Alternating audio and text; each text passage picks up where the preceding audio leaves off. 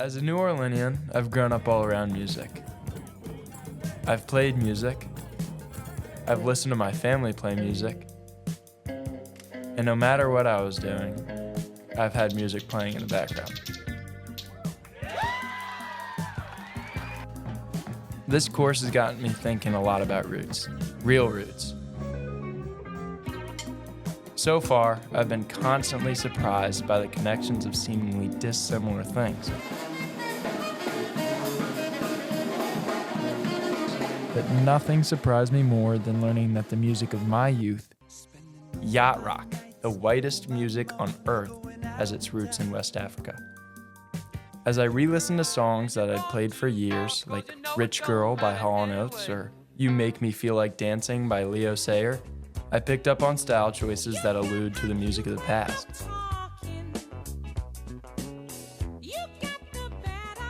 Music from tons of starkly different places and vastly different time periods.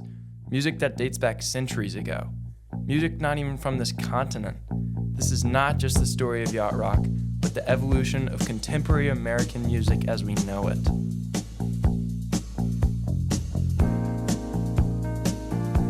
Ironically, when telling the story of American music, you must start in West Africa. The first enslaved people who were brought over to America brought with them their traditions of singing and dancing. The West African music at the time was characterized by its festiveness, energy, and free-flowing atmosphere.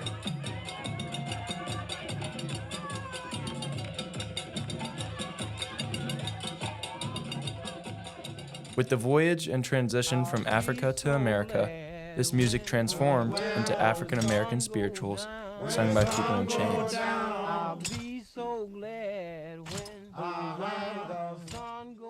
Before the end of the Civil War, a man from Norfolk, Connecticut named Robbins Battelle published spirituals that he transcribed, in his own words, from the mouths of slaves.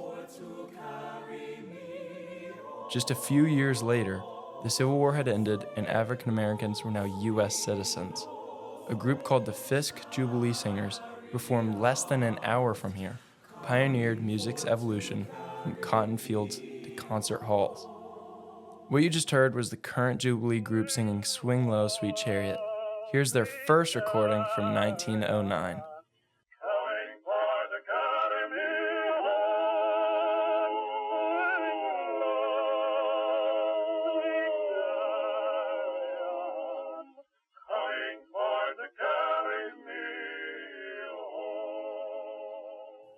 Decades later, Sister Rosetta Tharpe popularized a new style of music that blended rich spiritual lyrics with the electric guitar.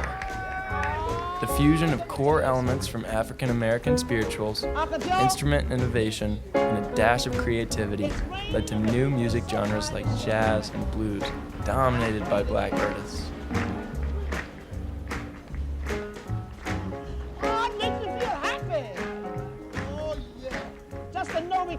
Start in the rain and sing. And the people are so sweet to stay here.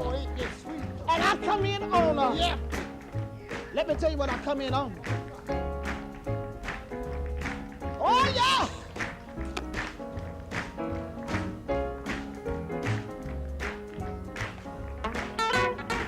Get the key.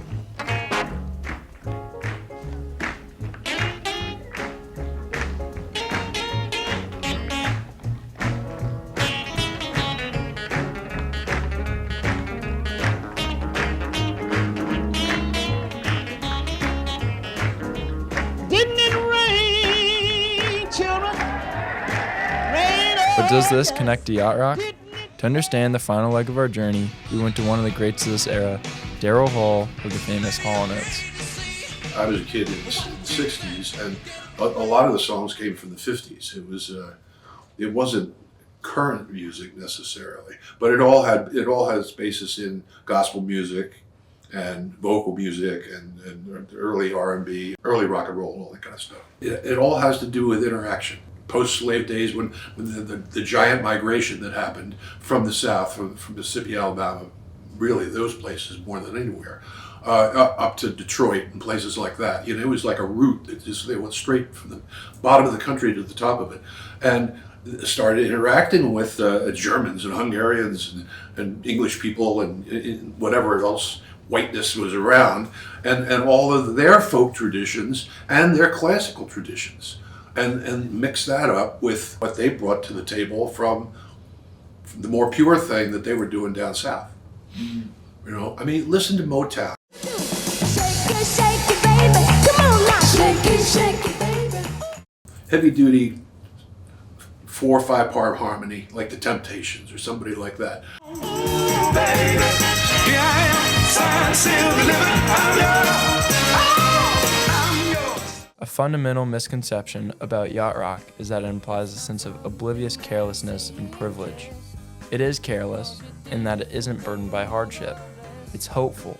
It alludes to the wonderful theme of hope featured in black music since spirituals, the hope that fueled abolitionist efforts and civil rights movements. While you may have to listen a little bit closer to hear the Jubilee Singers in a Hall Notes song, just know they're there somewhere.